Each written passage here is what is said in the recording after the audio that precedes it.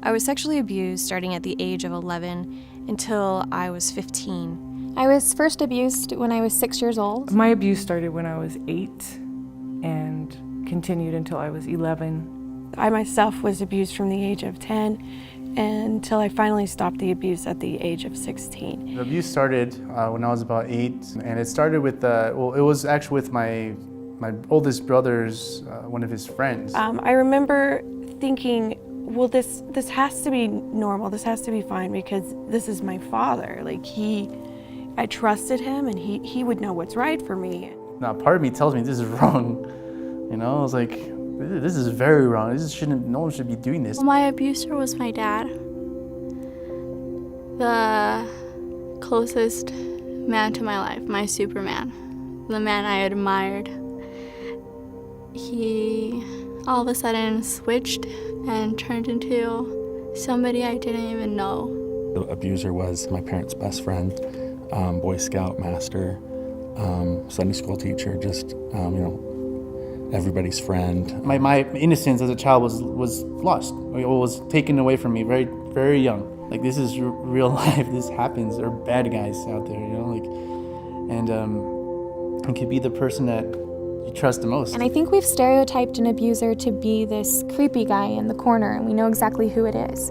But they can be women, they can be men, they can be family members, they can be cousins, they can be the individual down the street. They don't come in any shape or size, and there's no way to identify them. My father considered me, his property, and I don't know whatever, prompted him to sexually abuse me. I just remember a lot of loneliness. I remember it like yesterday. I remember how I felt. I remember how dirty I felt, even though it wasn't my fault at all. Not knowing how to deal with it as a child, but also really, really afraid of what would happen if I told. And I had threats placed upon me, threats placed upon my family, and I was terrified. I thought that I had done something wrong. He had power over me because I felt at the time no one would believe me. When I finally was able to figure out that something was kind of wrong, I didn't know where to turn. My perpetrator told me that if I told, that my mother would hate me.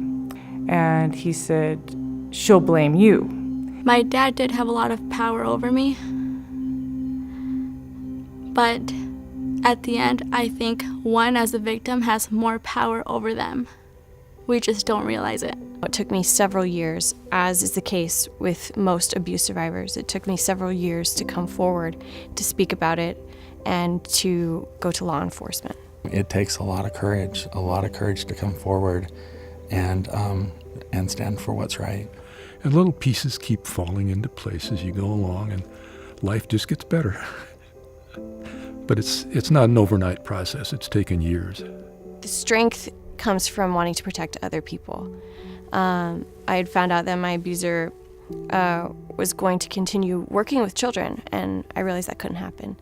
And if I wanted to protect those children, why wouldn't I want to protect as many children as possible? Why not all children? The only way that we can really help children is to give them the armor of knowledge and protection, and to talk about this and to not let them feel like in any way, shape, or form that they should feel guilty or that they're responsible for what happened to them. Protect a child, stand up for them, have the courage to come forward and to take some of that responsibility off of their shoulders. Have the courage to speak up.